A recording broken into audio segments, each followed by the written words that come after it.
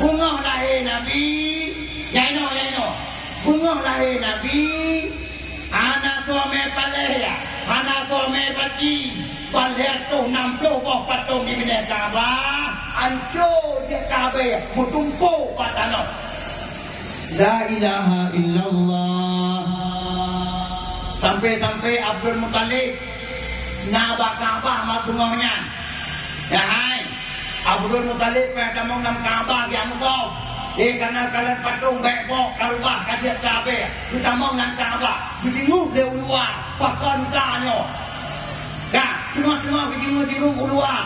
Rolah Suwaibah Aslami. Hai, tuan dengar ni.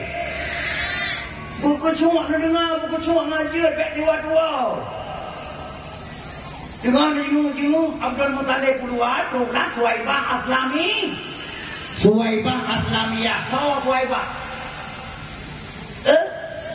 Hai guna tu pưa rồi nữa, pưa nhau lưng pưa con, pưa nhau jamaah majelis taklim pưa con. Suwaibah Aslamiyah siapakah dia? So,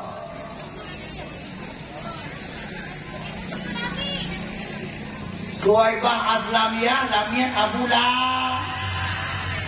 Lamian Abu Lahab.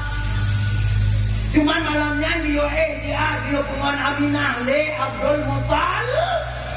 Karena Abdul Muttalib pada Kaabah anak gua. Ya cum Kaabah. Ya laki perlindungan ba Allah. Baik pancole dan Kaabah. Maka menandai Nabi Muhammad gudung Suwaibah pada Kaabah. Abu tahu Muhammad kalah le. Betul. Kita yang belum talib Muhammad kau. Hai kucau nung anu Aminah kalah le. Kerana bukan Muhammad akan nebuk kalah le. Baru tinggal Abdul Muttalib. Rupanya nyawa penyebab hancur patung di bineka. Lahir Nabi Muhammad.